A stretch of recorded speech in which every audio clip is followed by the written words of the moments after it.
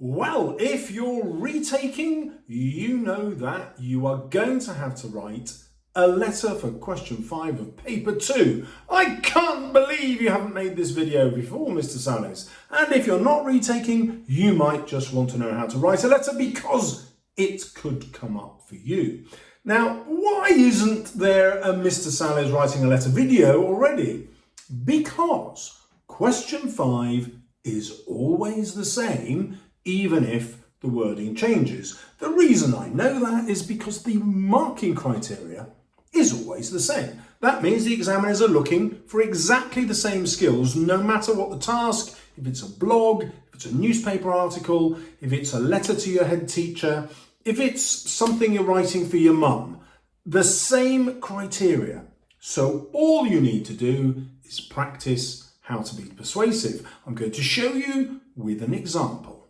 It comes from my guide to persuasive writing. Well, the task you might be given could be describe a place you know well in order to persuade someone to visit it. Write a letter to your cousin.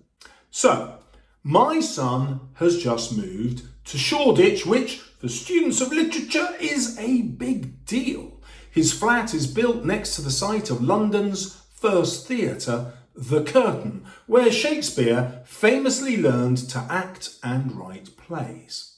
Then he even more famously transported it in the dead of night to be rebuilt as the Globe on the south bank of the Thames. If it had happened in the last 60 years in London, it would have been impossible to make it through the gridlock streets until the congestion charge. So it started with an anecdote. Always try to start your writing with an anecdote because it immediately sucks your reader in to a story.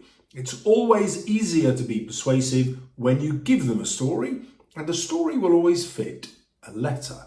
People can relate to it and therefore they're more likely to be persuaded by what you have to say. The other advantage of using an anecdote is you can write about something about which you personally are an expert. It's a story that you know, and therefore it's much easier for you to put in persuasive techniques that sound real. Notice that the first and last sentences mirror each other and that they both begin colloquially. That means the language that you'd use in chat. You don't want that all the way through, but interspersing colloquial language works very persuasively, especially in the letter form, because after all, a letter tries to make a personal relationship with the person you're writing to. So the first sentence begins with so, and the last sentence is informal, not having a verb. We visit him on a Sunday, and the once blocked arteries are flowing with people, with market stalls, restaurants and cafes spilling customers onto the pavement in a vibrant display of colours, spices, flowers and bargains galore. So hopefully you've noticed the big show-off sentence with a list in it. That is a go-to technique which always gets you marks. I also write here that metaphors are king. Similes are excellent, but metaphors are even better because it means the comparison is more immediate, which makes it more persuasive. Roads are often referred to as arteries. Blocked arteries are fatal, they cause heart attacks, and so it's easy for the reader to see that I'm suggesting cities are having heart attacks because of their congested arteries, the roads full of traffic. Now, the other killer technique to use all the way through your writing is contrast. So here I've got the blocked arteries of the streets contrasted with the flow of pedestrians moving through the streets without cars. Now, another contrast that I'm going to use is to compare the present to the past or the future. If I don't know anything about the past, obviously I'm going to the future, but I can do both if I've got enough general knowledge. You might be able to steal the general knowledge I'm giving you in the next paragraph. If you're having to write about a city, that will be easy. You can choose London. If you're having to write about transport or congestion, you can steal these ideas, but not the words. London has only just made the first small step to becoming a car-free city. With its congestion charge, In Dickens' day, a typical middle-class bank worker would walk 3 miles to and from work. In Dickens' day, the roads were crowded with street sellers, horses, carts, and manure. Imagine such a journey now without any cars on the road. The beautiful city would reassert itself as pedestrians would be able to enjoy its sights and sounds without breathing in diesel and particulates and cursing the rush hour traffic, and without worrying about what their feet will step in, unlike Dickens. Instead, they would listen to birdsong, crisscrossing London on the cycle lanes or strolling through glorious parks.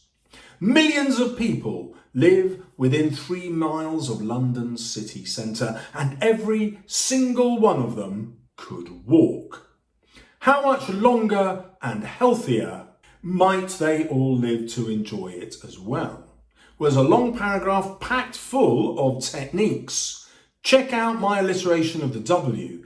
Do you notice how it slowed down my rhythm? Let's check it again. Without worrying about what their feet will step in. Slowing it down makes the joke better when it's contrasted with Dickens and the manure, but it also gives the idea of a slower pace of life, which you get when you walk, as an advantage compared to being in a car. Next, we have the sibilants before and after birdsong. Listen again to crisscrossing London on the cycle lanes or strolling through glorious parks. The sibilants gives us a feeling of calm, of serenity, of peacefulness. Before we had, the city would reassert itself as pedestrians would be able to enjoy its sights and sounds. Again, exactly the same reason to use sibilants. So far we've had metaphor, contrast and sibilants, go-to techniques, and starting with an anecdote. Did you notice that this whole paragraph is also a contrast? The instead is contrasted to what it was like before in the past. Next we have another anecdote. But London is not quite there yet. At the minute, London is being sold off to Toyota and Tesla, the top sellers of hybrid and electric cars.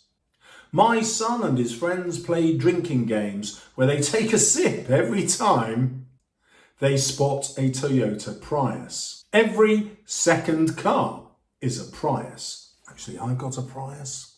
How much healthier would they be if only taxis, buses and delivery vehicles were allowed? So again, I've got humour here. The joke is they would be healthier because they're breathing in fewer fumes, but also healthier because they can no longer play this absurd drinking game and get drunk. So the humour makes this a successful anecdote. That's the other advice I'm giving you. If you can control the sense of humour, it's a brilliant way to get top marks in your letter writing or any other persuasive writing. In my guide, I talk a lot about the benefits of cultural capital. This is knowledge that educated people have in our culture, and when you use that knowledge in your writing, you become much more persuasive and get much higher marks. So all the knowledge that you're getting in here about London and Dickens, and that you're about to get more about London here, you will be able to adapt to your question. Stealing this knowledge isn't plagiarism, and you will not be marked down, you'll be marked up, as long as you make it relevant to the question. We all know about the health benefits of walking and cycling and breathing cleaner air. Notice that pattern of 3 repetition that I've had going through all my lists.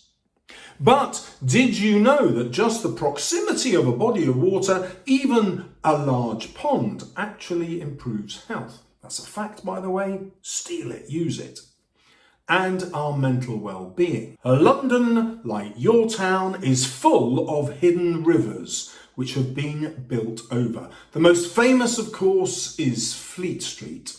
Now, what I'm going to do next, of course, is contrast. There's London, the famous city that everybody knows about. Now I'm going to compare that to where I live. You'll do the same because you'll be an expert in where you live. And where you live will be relevant to every single letter the examiner can possibly ask you to write. That's fantastic because you're an expert in where you live, aren't you?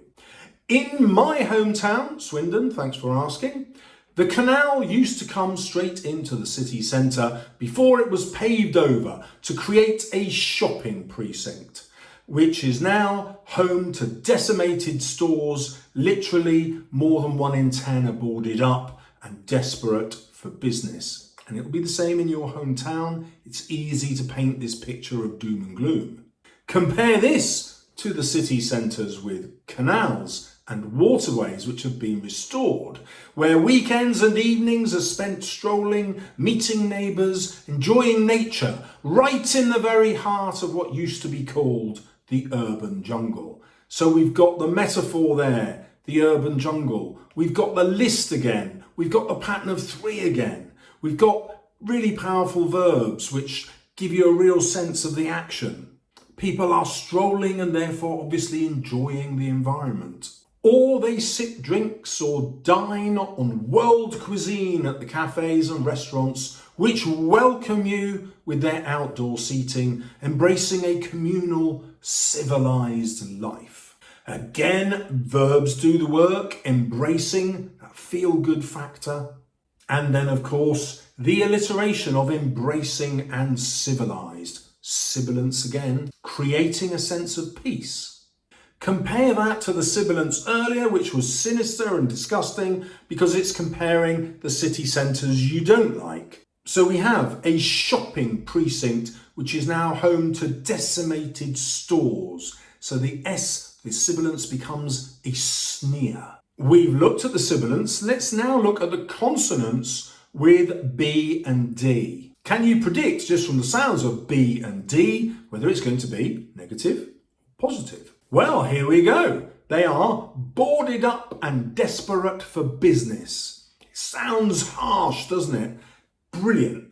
You use harsh sounds when you're writing about the places or the things you don't like. You use gentle sounds when you're promoting the things that you do like. Here's an example of the cultural capital I give you in the guide. We're going to skip ahead. Here is some more knowledge about Birmingham that you can use.